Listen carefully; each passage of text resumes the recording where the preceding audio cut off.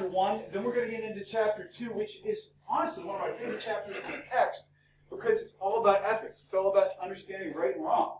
You all, some of you may have careers in business by the time you're said and done. Some of you may be managing people. Some of you may need to make very important decisions about people's well-being on a daily basis and where we move our jobs, the way we work, the way we treat people. And that's why we spend some time on ethics. Guys, LinkedIn, I gave out quite a few perfect scores on profiles. I also gave out a lot of feedback, too. If you did not get a perfect score on your LinkedIn page, read my feedback. If you have questions about my feedback, in fact, I'll try to end class about 5 minutes early today so that if anybody has questions, they can come up and I can give them suggestions. But basically, there's no reason everybody in this room shouldn't get a perfect score on LinkedIn. Your next assignment in this class is going to be a very simple one. It's simple yet profound. By this coming, the 15th is next Monday, I'm asking you to watch a video that I've posted in Chapter 2 about how we do business internationally, about how companies in the United States sometimes do business internationally. And I would like you to give me some ethical feedback on some of our business practices. This one is more or less tied into cell phones. For example, I had mentioned in a previous class that all of us on our cell phones are carrying a part of what continent in those phones? You got it. So there's been a lot of problems in Africa with the use of child labor to harvest cobalt. Cobalt, by the way, is radioactive. If you're touching this stuff with your hands, you can develop all kinds of illnesses, including cancer. So there are a lot of other things, too.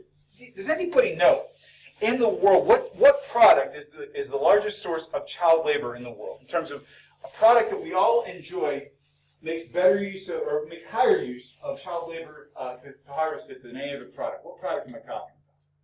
I'll give you a hint.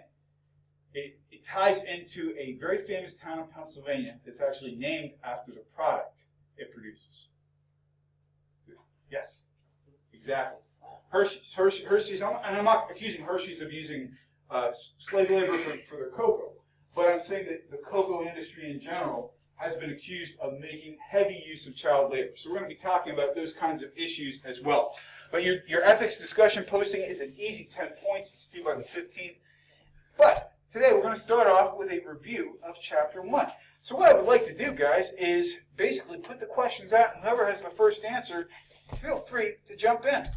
The total amount of money a business takes in during a given period by selling goods and services, is that revenue, profit, loss, or GDP? The total amount. Sorry? It is indeed revenue. Very good. If a business is operating and not making money, is it operating at a deficit, recession, loss, or non-profit?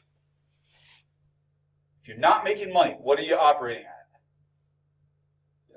It's a loss, absolutely. Deficit, technically, the word is correct, but we refer to it as a loss. Which of the following is not one of the environments of business? Is it economic, legal, technological, competitive, or moral?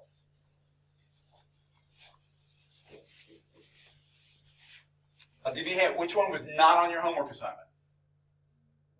Moral, correct. That's why we're going to be talking about ethics today. All right, here we go. The 5 factors of production include all of the following except what? Is it land, labor, capital, entrepreneurship, or liberty? Liberty. Liberty is very important, but it's not one of the 5 factors of production. Okay, moving on. And we missed the knowledge area too. True or false? In 2021, the U.S. is primarily an agricultural economy. Is that true or false? Are we mainly farming? No, so it's false. Anybody know what kind of economy we have primarily? Begins with an S. Services economy. Like, if you work in medicine, you work in the services factor. If you work in education, you work in services. If you work in technology, some people in technology work in services. All right, true or false? Based on our text, the U.S. has the highest standard of living in the world. Is that true or false? What do you think, guys? It is false. Absolutely correct. And what did our text say did have the highest standard of living? Norway, exactly. All right, people who are willing, we're going to move around the room a little bit here. Get some conversation going. People who are willing to gamble with large amounts of money, do they have a high tolerance for gambling, alcohol, risk, or uncertainty? What do you think? It is indeed risk. Maybe alcohol too, because it makes you make bad decisions. But they have a high tolerance for risk. A person who has an idea for a new business or wants to take over another business, is that a capitalist, an entrepreneur, an angel investor, or stockbroker. It is definitely an entrepreneur, definitely. See, we'll get you guys moving today. All right, let's continue. Someone who creates, this is a fill-in-the-blank question. A person who creates new products or services while working for someone else. What do we call them? They're not an entrepreneur. They are an entrepreneur. Who can give me an example of an entrepreneur? We talked about, one we watched the video, one we talked about. Yes? The Big Mac. And do you remember what he got for his trouble? He got a plaque. There's one other big one we talked about too. Post-it notes. Absolutely correct. You guys got this. I am very happy with your retention of this material. Many people feel the need to upgrade their, her phone. I should say their phone. Typos already on a Monday morning. That's okay. Many people feel the need to upgrade their phone because all their friends have new iPhones. Which environment is benefiting Apple? Is it technological, economic, competitive, or social? You got it. We're putting pressure on each other. Nike is facing a challenge because so many people are getting older and their products are geared toward younger people. Which environment is affecting them? Is it social, economic, demographic, or competitive? It is demographic. New Balance has the market cornered for giant white shoes for senior citizens, and Nike wants in. Do you guys ever notice that too? Old people always wear giant New Balance sneakers, the big white ones. I'm sorry? They're called the Monarchs, yeah. And it's like, so I'm going to be 48 in March. So I don't know if I hit the 50 cutoff, do they just issue me a pair of those? Is that how that works? Like somebody comes to my office and says, sir, those shoes are not going to work. Here's your New Balances. This is what you wear now. That maybe, I don't know, maybe some track pants or something. Which of the following would be an example of an external challenge for companies? Is it management, intellectual property, pandemics, or talent? Which is something external to a company? Pandemics, and boy, have we learned that in the last year in terms of the way that has changed the way we interact. All right, this is what we talked about kind of tangentially in class. Guys, some countries have higher wages than the U.S., but American employees often have more take-home pay, at least in the current status on things. Anybody know why? It was mentioned in our text. Why might you have more take-home pay? In fact, that even works within the United States. What could contribute, for example? I'm going to put Will on the spot. Will lives in New York City, and I live in Loretto, and we both make $100,000 a year. Which one of us has more money to take home? I do. Why is that? Cost of living, taxes, all these things. If you go to a country that's not the United States, for example, and they have higher tax rates, you get more government services, for example, but you're going to have less take-home pay.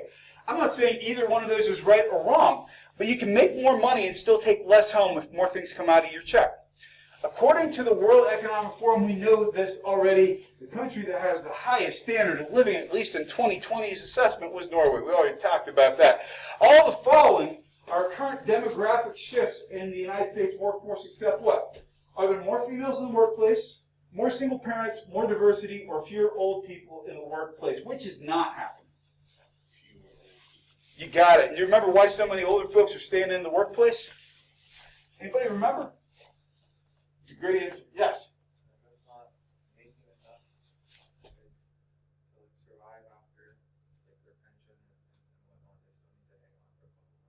You got it. They didn't put away enough for retirement. Economic conditions changed. Guys, I'm going to go off on a little tangent here, just a little tangent. And that is, when you get your first job and somebody says, hey, would you like to join our benefit plan? Would you like to join our pension plan? You should definitely get started early on this stuff. Why am I saying this? Because if we go back to the recession of 2008, could you imagine if you had $1 million saved for retirement and lost half of your wealth in 2 months? That means you're going to go back to work where you're going to have to drastically adjust what you thought your retirement was going to look like because the markets can be volatile.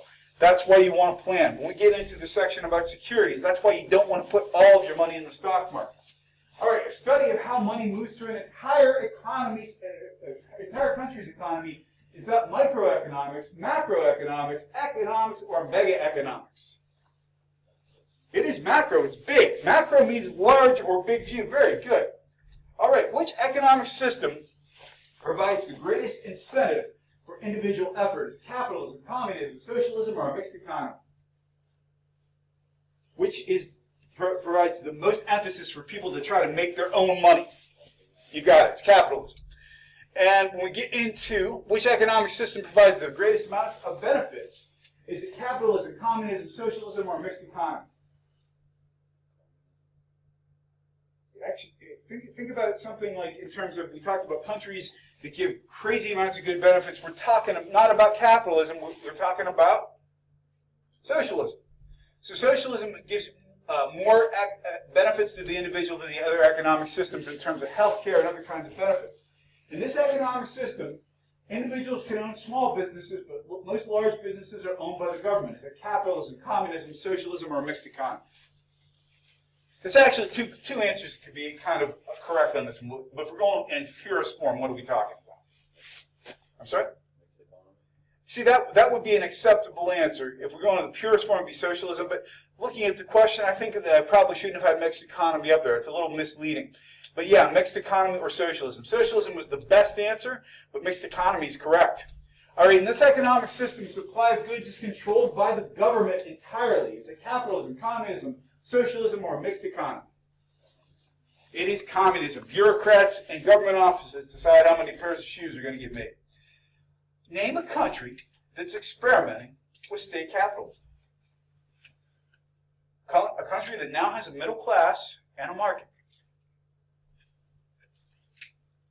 Is the biggest auto market now in the world. It's not the United States. Who is it? Oh, it's a good guess. Proximity to Japan, for sure. It is China. China is experimenting with state capitalism, meaning that they are allowing for quote-unquote free and open markets, so they have a stock exchange. Individuals can buy stocks. There is a growing middle class, but it is still a communist government, so they intervene heavily in the markets. All right, true or false, guys? U.S. GDP is approximately $10 trillion. Is that true or false? It is false. Anybody have a guess how big it might be?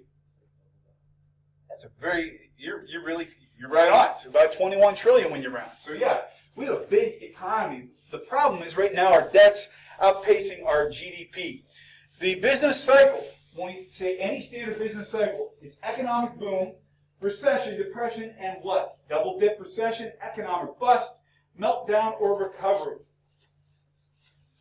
Some people would say we're in this right now. What are we in? We're in a recovery. Absolutely correct. Anybody know, you remember what a double dip recession is? Anybody remember that one? That means when you're in a recession and you're crawling out for 2 quarters, you're almost seeing the light of day, you slide back in. It's demoralizing. That's what we call a double dip recession. It really can set people off. Like right now, we've had a couple of quarters of growth, for example, and if we slid back to depression again, we would, or recession I should say, we would have a psychological blow for the country. All right, guys, right now in the United States, we are in a recovery and a depression, or a recession, depending on what economist you are, at the same time. How has this happened? We talked about it a little in class. How are we in a recession and a recovery at the same time? In the current economy, who is not doing well in the United States? What kinds of workers? Small businesses? Who else? People who work what kinds of jobs? You got it. Service economy. Anybody who has to do their job in person and relies on foot traffic is getting slammed. Yet people who work white-collar jobs who can work remotely, our savings have actually gotten bigger since last year because there's nothing to do. You know, I watched a little girl on a YouTube video who's having this rant, and I think, what did she say? Everything's closed and the only thing there is to do is nothing. And she was really having a bad day. But that is really hurting people who work in the service sector. So yeah, we've got a greater disparity in wealth that's happening in front of our very eyes. I explained this when I should have remembered this question was on. GDP growth increases for 2 quarters following depression and slides back down. Again, it's a double dip recession. Never double dip. Nobody likes it when people double dip. All right, true or false? Inflation is always inherently bad. That is false. Because inflation just means the prices rise over time. When the economy is slowing down, this is a tough one. When the economy is slowing down but prices are still rising, is that inflation, disinflation, deflation, or stagflation? It is stagflation. Very good. That's a tough one. And here's some of the things that can drive stagflation. For example, if I'm a car company and the recession is hitting me hard, and so I'm not making cars anymore, all of a sudden, the price of my remaining inventory could be going up because there's no telling when there's going to be new cars being made. That's an example of stagflation. And we've seen that in the last year. That's why car prices have stayed stable or gone up, and why the price of used cars has also gone up. When the cost of raw materials goes up, what kind of inflation do we have? Is it cost push, cost pull, demand push, or demand pull? Which one is it, guys?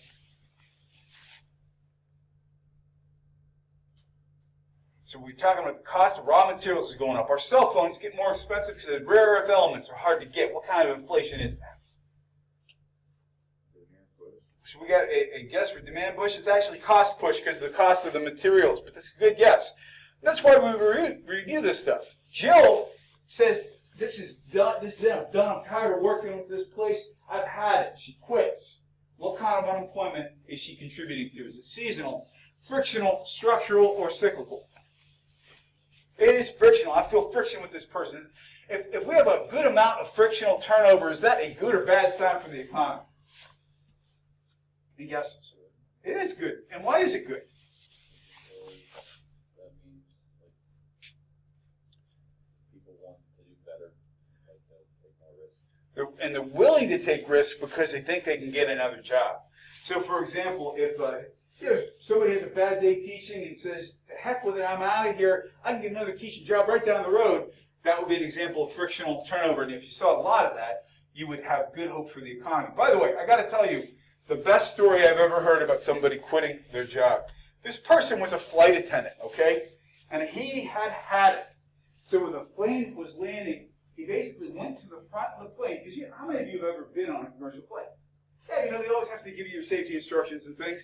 He went to the front of the plane, said basically to everybody that they could kiss his you-know-what, grabbed a beer off the cart, opened the beer, drank the beer, then hit the emergency exit and put down the inflatable slide, slid off the plane, and walked off like a boss. I mean, he got nailed for, messing with an emergency exit. It was a federal crime what he did. But if you're going to quit your job, I can't think of a more rock and roll way for the average person to leave their job. That's pretty rock and roll.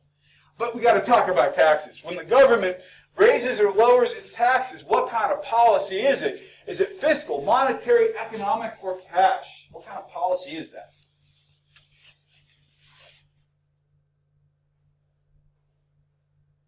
What do you think? It is fiscal policy. Very good. Think about this. It's fiscal because everybody, when the taxes get raised, what they say, oh, fudge. That's exactly what they say when the taxes go up. Come on, you guys have seen A Christmas Story, right? Yeah, only it didn't say fudge. Who are our top debt holders in the United States, guys?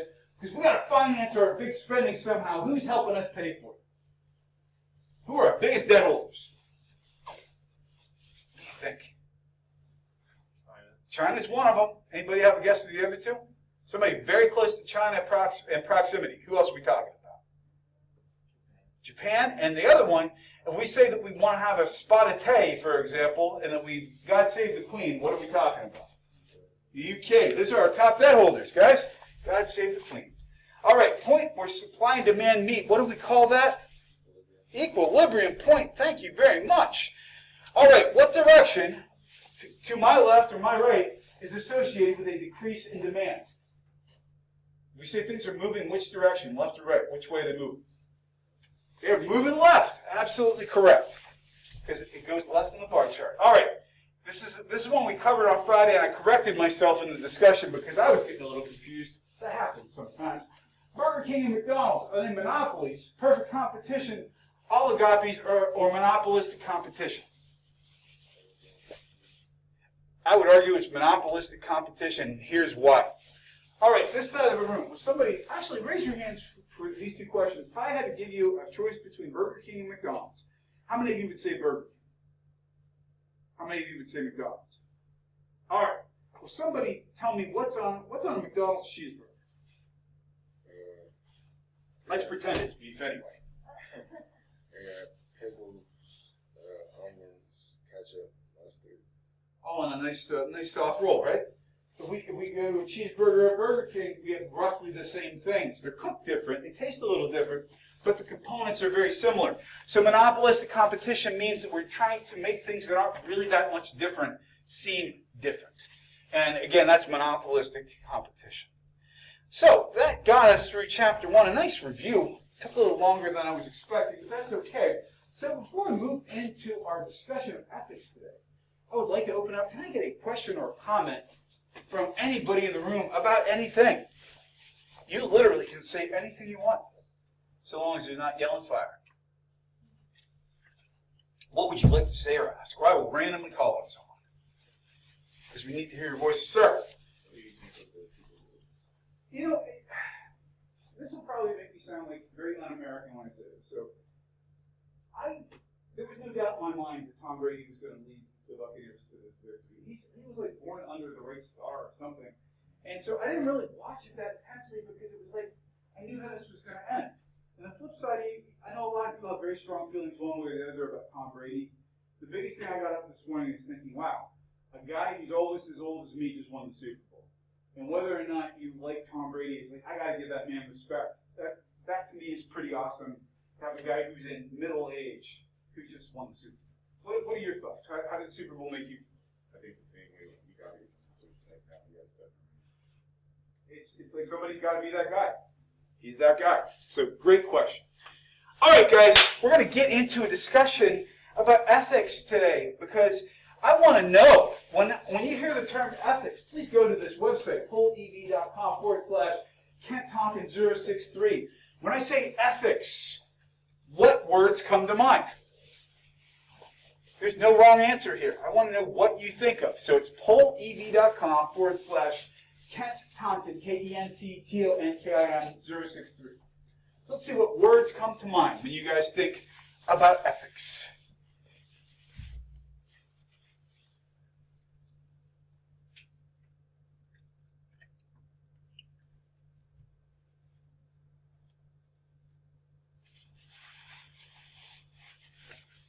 Getting a lot for right and wrong there, and a lot for just morals and moral in general, morality.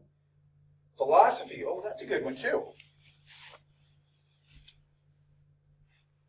No wrong answers here, guys, because it's all about the exploration of this stuff.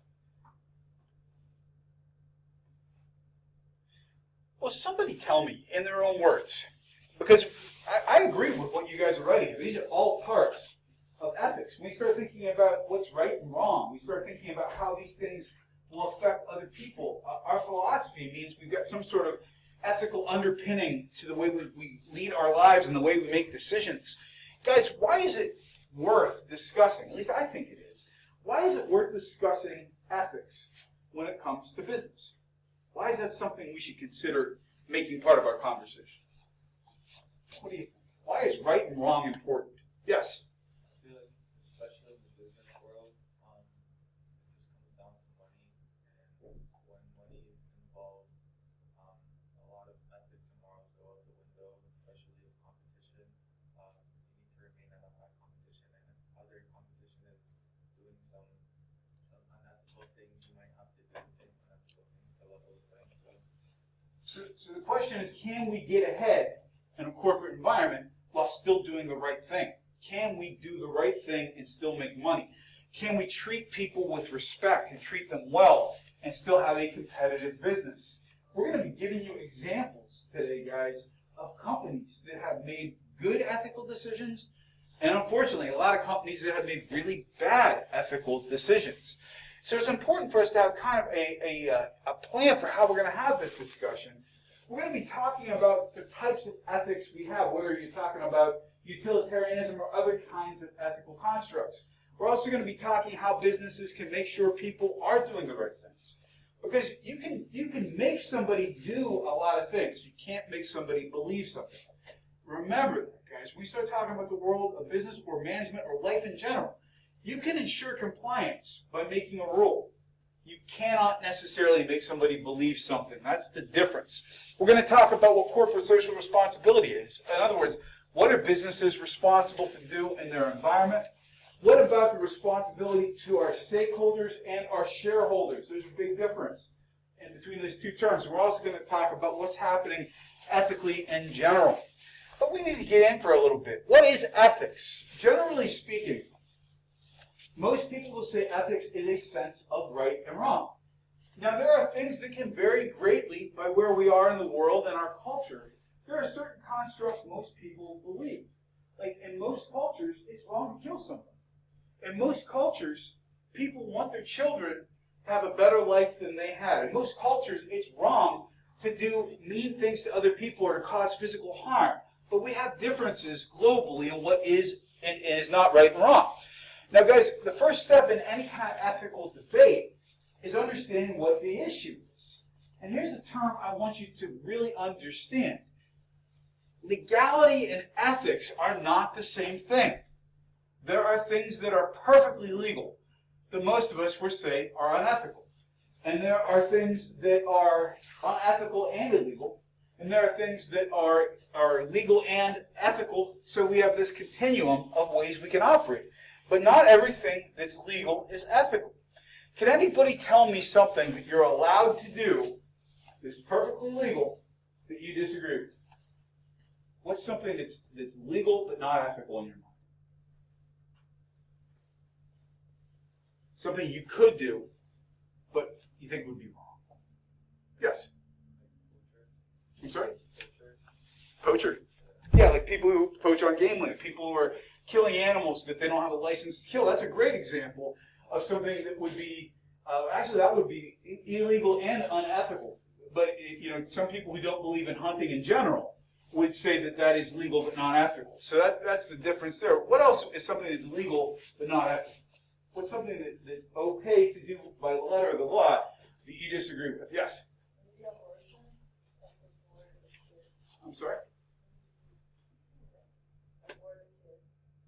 Yeah, abortion. And that's a very big hot button issue because people who morally disagree with abortion want it to be illegal, for example. Those are great examples. Can somebody tell me something that is ethical but not legal? This is the tough one. Something ethical but not legal. Here's the best example they always give for this one. How many of you, by show of hands, hope to have children someday? Okay. If your children were starving, would you steal to feed them? That's technically breaking the law, but most people would argue it's ethical to do something to support your children so your children don't starve. Well, we're going to give you a great example of a company that really dealt with something that was legal, but most people would agree is unethical. Most people in the United States, if you ask them, is it okay to cheat on your spouse? Most people would say, that's not okay. Is it legal? Yeah, it's absolutely legal. This is a company called Ashley Madison. Their corporate slogan is, life is short, have an affair. They facilitated affairs between married people. So it was basically a hookup site for married people. And you may say to yourself, wow, this is highly unethical. Well, it gets more complicated. Because a hacker group got into it got into the anonymous profiles of people on Ashley Madison, and they started publishing the names of people who were using the service. What do you think happened after that?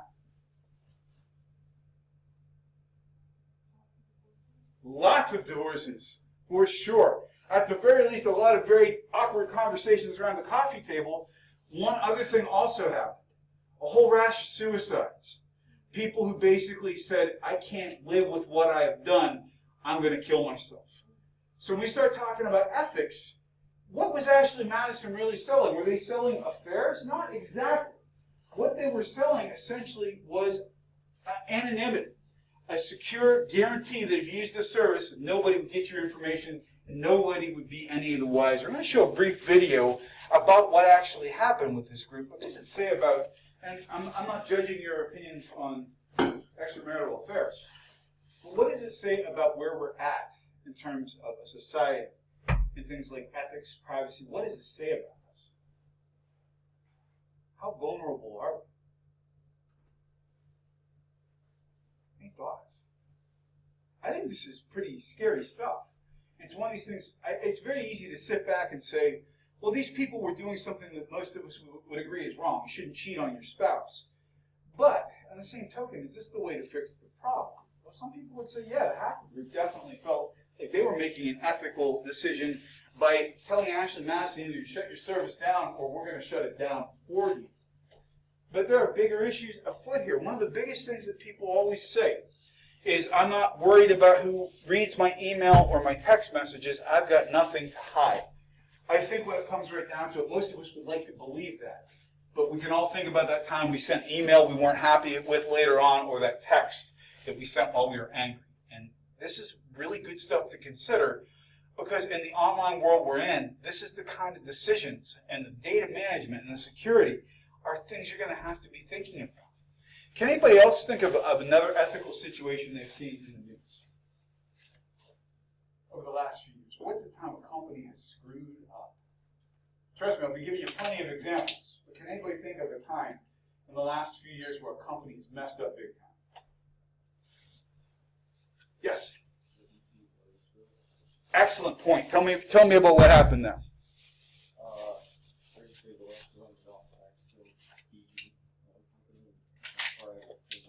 Yeah, and they destroyed the livelihoods of all these shrimp fishermen and everybody else. And when the CEO of BP went on television, he was not sympathetic.